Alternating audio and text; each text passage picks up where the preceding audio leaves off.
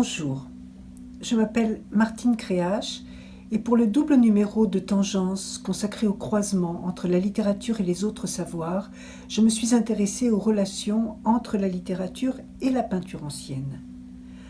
À l'origine de mon étude, il y eut la découverte de la fascination exercée sur certains écrivains du XXe siècle par des tableaux de maîtres anciens évoquant des catastrophes. La peste d'Astot sur Claude Simon, les massacres du Triumvirat d'Antoine Caron sur Michel Leiris et le martyre de Saint-Érasme de Poussin, encore, sur André Dubouché.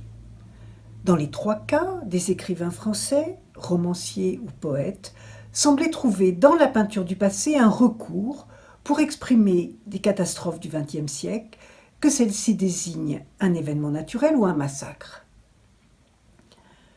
Contre l'idée selon laquelle la poésie du XXe siècle, contrairement à celle du XVIIIe siècle, ne pouvait dire la catastrophe, j'ai fait l'hypothèse dans cette étude que la puissance de certaines œuvres du passé, pour certains poètes, tient précisément à leur capacité d'accueil d'événements qui ne les ont pas inspirés.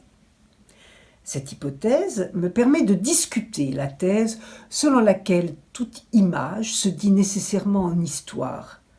Je montre d'abord que la lecture du romancier Claude Simon confirme cette idée, mais en multipliant les histoires possibles. C'est en revanche parce qu'ils s'affranchissent de tout récit que les poèmes de Michel Leiris et d'André Dubouché peuvent prendre en compte plusieurs temporalités. En dernière analyse, je me demande pourquoi la poésie est précieuse pour parler de peinture. Je vous souhaite une bonne lecture.